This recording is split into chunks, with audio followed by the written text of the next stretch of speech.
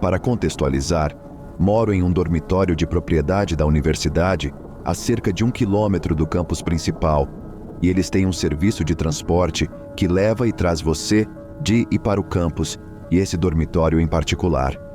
Eu, 21 anos, me reuni com alguns amigos no dia do trabalho para um churrasco e bebi um pouco demais. Eu ainda estava bastante coerente, mas seria óbvio para qualquer pessoa que eu não estava totalmente bem. Por volta das 10h30 da noite, minha amiga me acompanhou até o ponto de ônibus e esperou que eu entrasse antes de voltar para seu dormitório. Enquanto eu estava no ônibus, não conseguia me livrar da sensação de que estava sendo observada, mas havia cerca de 4 outras pessoas no ônibus. Então, presumi que eu estava apenas paranoica e bêbada. No entanto, isso mudou quando notei um rapaz sentado do outro lado do ônibus, cerca de 2 assentos à minha frente, que não parava de olhar para mim. Fiquei desconfortável, mas ignorei o fato porque logo estaria em casa e no meu dormitório. O ônibus nos deixou e todos entramos no elevador, eu primeiro e o cara depois. Apertei o botão do meu andar e ele olhou, mas não apertou o número, o que me assustou. Mas continuei esperando o melhor e disse a mim mesmo que ele apenas morava no mesmo andar. É claro que as outras 2 pessoas no elevador saem antes de mim e desse cara, e meu dormitório é o último quarto do meu andar, o mais distante do elevador. Nós 2 descemos no meu andar. Eu desci primeiro e comecei a andar. Olhei para trás e ele estava me encarando diretamente. Então comecei a entrar em pânico e a andar mais rápido, e ele também. Finalmente tirei meu cartão-chave e praticamente corri para a porta, enquanto ele também começava a correr. Entrei, bati a porta atrás de mim e a tranquei.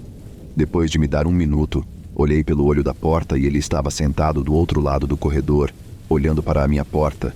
Ele ficou fazendo isso por uns 7 a 10 minutos, antes de murmurar algo para si mesmo e sair. Acabei chamando um dos meus amigos homens para ir até o meu quarto e me certificar de que ele não estava ainda à espreita em algum lugar no corredor. Para mim, foi muito assustador.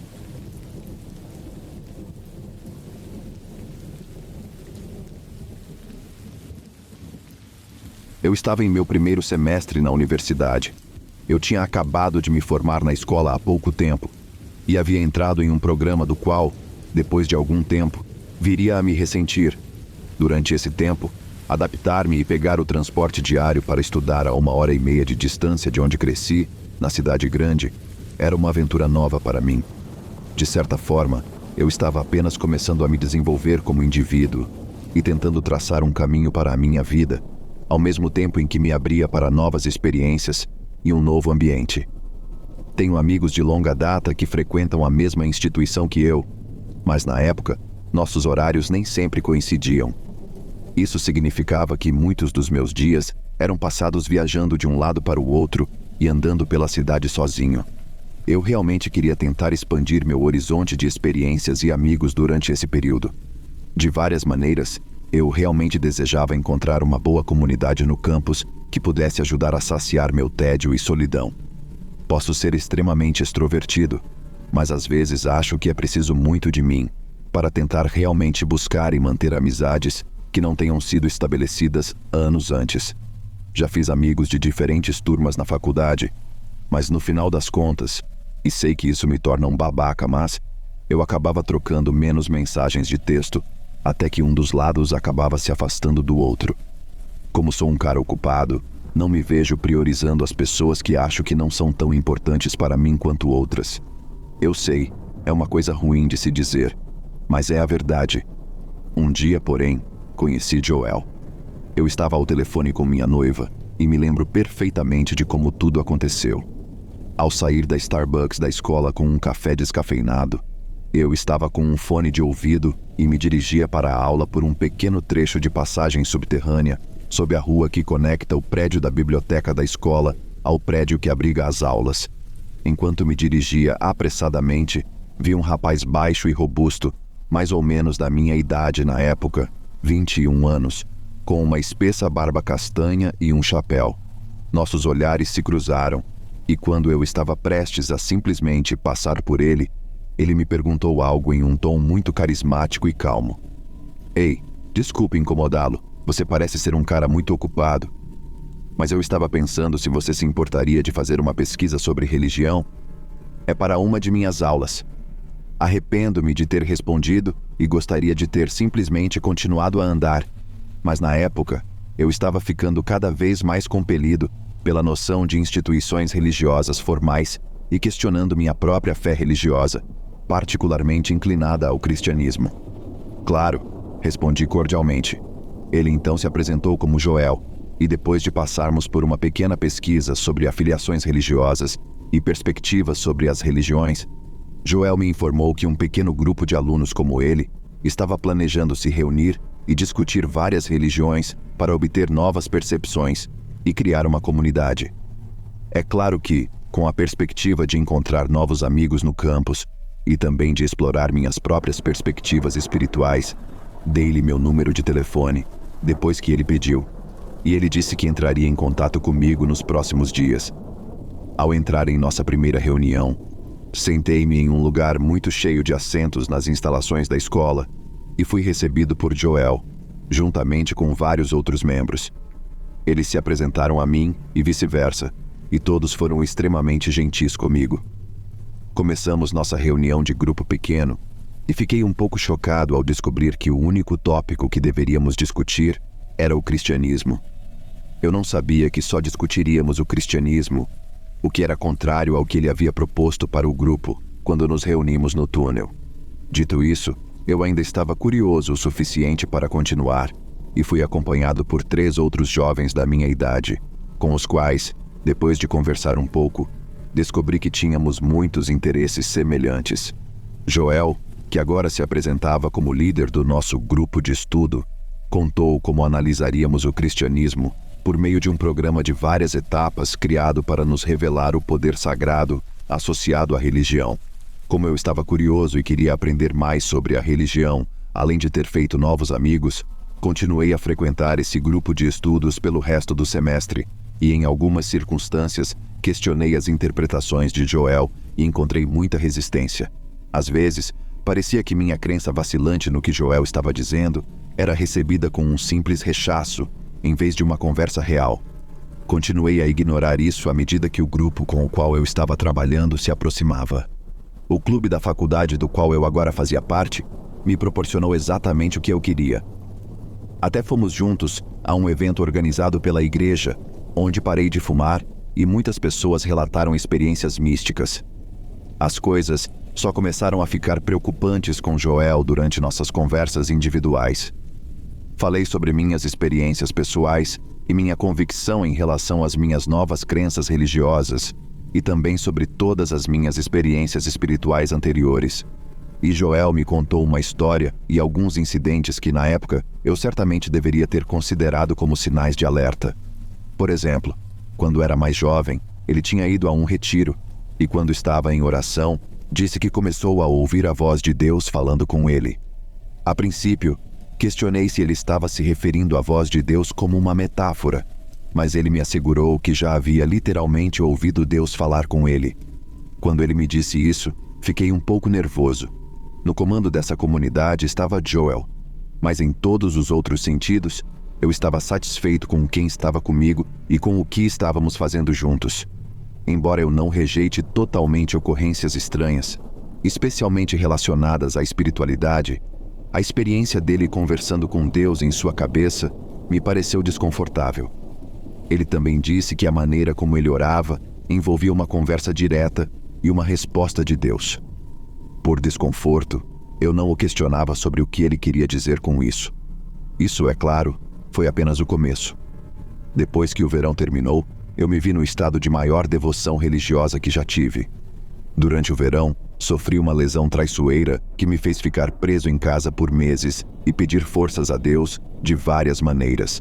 Com minha devoção recém-descoberta, fiquei entusiasmado por voltar à comunidade que eu havia cultivado e com a qual havia crescido durante o último semestre, relacionando-me com algo em que eu encontrava profunda alegria. Na primeira aula do semestre, algo estava muito diferente. Joel, como antes, estava no comando de nossa sessão de estudo, mas agora era perpetuamente interrompido por pessoas que vinham cumprimentá-lo e elogiá-lo. A situação era tão ruim que literalmente não conseguíamos mais falar. Foi tão ruim que ficamos literalmente sentados e observando por 20 minutos antes de podermos continuar nossa aula, pois mais de 10 pessoas, a maioria jovens da nossa idade, vieram cumprimentar esse homem. Como já mencionamos, quando não era enervante, ele era extremamente charmoso e dava a impressão de que se importava profundamente com todos. Quando nossa aula começou, ele nos apresentou a segunda fase do programa. Explicou que esse era um dos programas mais difíceis dos diferentes níveis que existiam, pois exigia ainda mais devoção e, mais importante, uma ênfase no sacrifício para aqueles que se engajavam.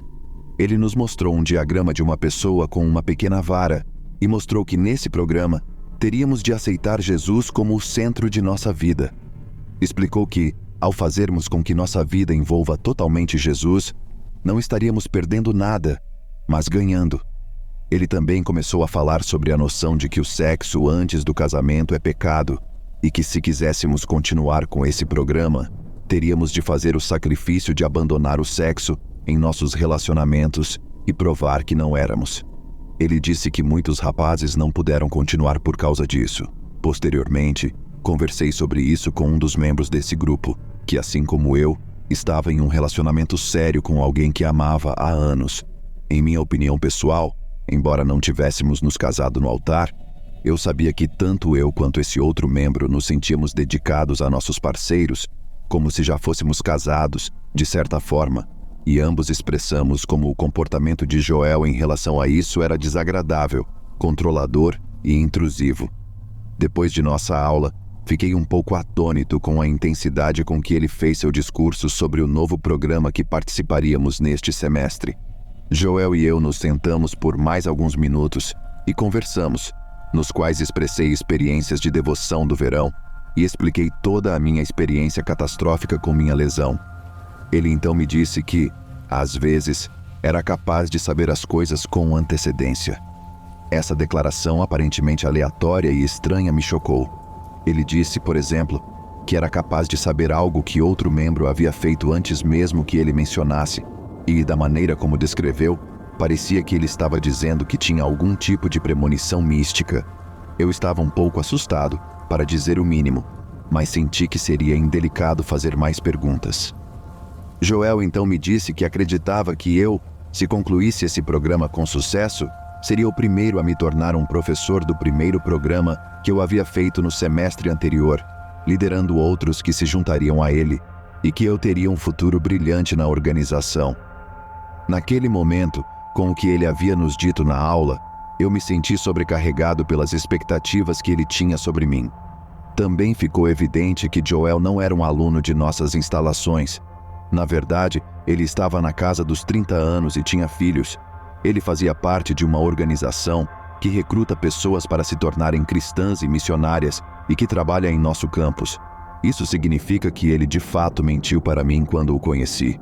Ele não era um estudante, não havia nenhum grupo falando sobre várias religiões, e todo o seu objetivo era me converter para me fazer participar da organização da qual ele fazia parte. A essa altura, as aulas começaram a ficar mais intensas, e eu também estava trabalhando meio período para me sustentar. Quando eu estava no trem para voltar para casa na semana seguinte, esqueci que minha segunda aula do programa daquele semestre deveria acontecer, então mandei uma mensagem para Joel dizendo: "Ei, cara, eu entrei no trem e esqueci da nossa aula. Desculpe, cara, não vou poder ir, também tenho trabalho mais tarde." Ao que ele respondeu: "Você pode descer do trem? Tente chegar aqui o mais rápido possível." Fiquei um pouco atônito com essa pergunta. Como moro a 1h30 de distância, não era tão fácil quanto descer do trem e voltar na direção oposta, e ele sabia disso. Ele sabia que a área em que moro é remota e fica a uma longa distância. Eu também disse a ele que tinha trabalho, o que ele claramente desconsiderou. "Não, cara, infelizmente não posso ir. Tenha uma boa aula", respondi, ao que ele disse novamente: "Vamos lá, cara, desça do trem e volte." A essa altura, eu estava irritado, não só porque sentia que ele estava me dando ordens, mas também porque ele estava descaradamente desconsiderando o fato de que eu havia dito não e que tinha trabalho naquele dia. Não respondi a ele. Conversei com minha noiva sobre como eu estava começando a me sentir em relação a toda essa ideia e como eu me sentia culpado por querer me distanciar do grupo e, ao mesmo tempo, não querer perder a comunidade e os amigos que havia feito ao longo do caminho. Minha noiva me disse que, pela maneira como Joel estava agindo e com relação às coisas que ele dizia, ela estava começando a se sentir desconfortável com toda a situação. Lembro-me de estar sentado na cama, pensando em sair do grupo e de como a perspectiva me fazia sentir fisicamente mal. Afinal, eu tinha recebido tudo o que queria em uma comunidade. Só que no comando estava um ser aparentemente cada vez mais controlador e persuasivo que estava fazendo com que eu e possivelmente outros membros ficássemos mais infelizes. Na sexta-feira seguinte, haveria um evento na igreja, organizado pela comunidade. Originalmente, como muitos dos meus amigos desse grupo estavam indo, eu pretendia comparecer também. Mas, infelizmente, meu chefe me escalou para trabalhar naquele dia, então não havia como eu comparecer. Eu sabia que o Joel insistiria para que eu fosse de qualquer maneira, então quando ele me mandou uma mensagem lembrando que o evento era na sexta-feira, eu disse a ele que não poderia ir porque tinha trabalho. Ele respondeu e disse simplesmente: "O quê? Irmão, de jeito nenhum, você tem que ir. Tire folga do trabalho e encontre alguém para fazer seu turno. Deus quer você lá." Eu me surpreendi. Ele rejeitou minha decisão e também disse que eu tinha de estar lá porque Deus me queria lá, como se ele fosse seu porta-voz. Mandei outra mensagem para ele e o informei: "Não, desculpe, não posso fazer isso. Acabei de ser promovido e tenho que estar lá. De qualquer forma, espero que vocês se divirtam muito." Ao que ele respondeu novamente de forma semelhante à anterior. Esse foi o meu ponto de colapso pessoal. Ele sabia da importância da minha situação financeira e o fato de ele ter ignorado meus limites pessoais, bem como seu comando, fez com que eu decidisse enviar uma mensagem de texto explicando que eu havia terminado com o grupo e que queria buscar minha própria exploração religiosa sem o grupo dali em diante. Senti que ele estava, lenta, mas seguramente, me controlando cada vez mais e tentando tirar o que podia. Ele me comandava como se fosse o líder da minha vida de todas as formas possíveis. Dependia dele até mesmo se eu poderia ter relações com minha noiva. Ele respondeu com um longo parágrafo, insistindo, dessa forma excessivamente gentil, que eu tinha de continuar com o grupo e que era a vontade de Deus que eu comparecesse a esse evento, embora eu fosse completamente incapaz. Ele tinha certeza de que esse grupo era destinado a mim e que Deus havia lhe dito que era ali que eu deveria estar. Depois que respondi novamente dizendo para ele parar e que eu não iria, ele me enviou outro parágrafo de tamanho semelhante, repetindo o que ele dizia. Independentemente do que eu dissesse e sempre que eu dissesse não, ele ultrapassava meus limites, mantendo um tom gentil e amigável, para tentar me forçar a submeter-me quando eu claramente havia dito não. Nesse momento, eu disse que não queria mais que ele falasse comigo, ao que ele respondeu: "Irmão, por quê? Podemos nos encontrar? Quero que você explique por que não quer continuar, irmão, para que possamos nos encontrar e fazer isso, para que eu tenha uma noção melhor e possamos decidir o que fazer a partir daí." Mesmo assim, eu sabia que ele estava tentando prolongar sua chance de me trazer de volta ao grupo e continuar seu reinado de controle. Eu disse que não queria, então ele perguntou novamente. Naquele momento, decidi que precisava bloqueá-lo e assim o fiz. Um semestre depois, eu estava caminhando pela rua da minha escola e, ao passar por uma pizzaria, eis que surge Joel, que veio até mim com um de seus amigos e disse que eu era um de seus amigos para seu amigo. Eu fiquei ali desconfortável e o amigo dele entrou por um momento, enquanto Joel se virou para me olhar e perguntou com sua gentileza desarmante: "Você me bloqueou?" Respondi: "Sim." Ele então disse: "Você deveria me desbloquear, assim poderíamos nos encontrar e conversar, porque eu realmente quero saber por que você saiu do grupo." Evidentemente fiquei frustrado, disse ok e segui meu caminho. Naquela noite, ele me enviou uma mensagem pelo meu Instagram, insistindo para nos encontrarmos novamente, e eu o bloqueei lá também. Em resumo, sou grato à minha noiva, que é o amor da minha vida. Sem ela, não sei se teria sido forte o suficiente para deixar o grupo e o controle dele. O fato é que havia outros rapazes naquele grupo que não tinham absolutamente nada. Eles não tinham nada e eram os principais alvos de uma aberração carismática e controladora. Havia membros desse grupo que estavam em níveis mais altos, por assim dizer, que tinham feito todos os programas e que pareciam ter emagrecido, mas tinham se tornado fundamentalistas tão restritos que suas vidas e sua abertura para novas experiências foram significativamente prejudicadas.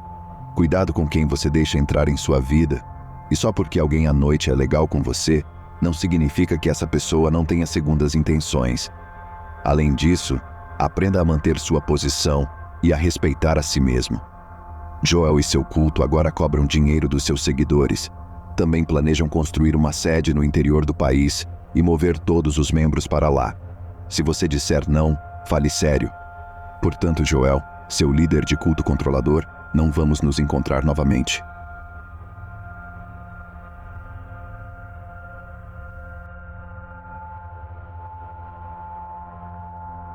Esse era meu segundo ano na universidade. Tarde da noite, depois de ir aos bares, meus 2 colegas de quarto e eu estávamos muito embriagados. Um conhecido me perguntou se um conhecido dele poderia passar a noite em nossa casa, pois seu amigo era de fora da cidade e estava bêbado demais para dirigir até em casa. Para nós, não havia problema, pois nos considerávamos caras íntegros e tínhamos bastante espaço e um sofá confortável para ele dormir. Nosso hóspede se apresentou, mas pediu que o chamássemos de Bullwinkle, pois esse era seu apelido preferido. Sem problemas novamente. Não sei se isso é relevante, mas antes de eu desmaiar naquela noite, minha namorada passou por lá e nos relacionamos. Ela foi embora logo em seguida. A única razão pela qual menciono isso é porque de onde Bullwinkle estava dormindo, devia ser óbvio que era isso que estava acontecendo. Ele deve ter nos ouvido ou estava ciente. Então, acabei desmaiando sozinho na cama. De manhã bem cedo, fui acordado pela metade com a sensação de algo puxando minha cueca, basicamente sendo puxada para baixo de uma forma que deve ter exposto minhas partes íntimas. Meio bêbado e mal consciente, sentei-me e disse algo como: "Que diabos?" Eu meio que registrei Bullwinkle saindo rapidamente da minha cama e se jogando silenciosamente no chão, com as mãos sobre a cabeça. Sem estar realmente consciente, fiquei olhando para Bullwinkle caído no chão por um tempo, sem compreender a situação, e depois me deitei novamente por um segundo. Não tenho certeza se voltei a dormir, mas estava bem acordado quando ouvi a porta da frente bater. Bem acordado, e finalmente começando a compreender a situação, andei pela casa por alguns minutos e verifiquei se as portas estavam trancadas, etc. Confirmei que Bullwinkle havia deixado o prédio e acordei meus colegas de quarto. Meus colegas de quarto também notaram que suas roupas íntimas estavam abaixadas, os lençóis e cobertores estavam puxados para trás, as gavetas da cômoda estavam abertas, faltavam roupas íntimas, etc. Conversamos um pouco sobre o que fazer. Procuramos um pouco pelo Bullwinkle, discutimos sobre chamar a polícia, mas rejeitamos a ideia, em parte por causa do constrangimento que a conversa poderia causar, em parte porque nenhum de nós se machucou e nada de valor foi levado. Tentei ligar para meu conhecido e ninguém atendeu. Então, todos nós voltamos para a cama. Ninguém nunca mais ouviu falar de Bullwinkle. Seus amigos dizem que ele desapareceu repentinamente.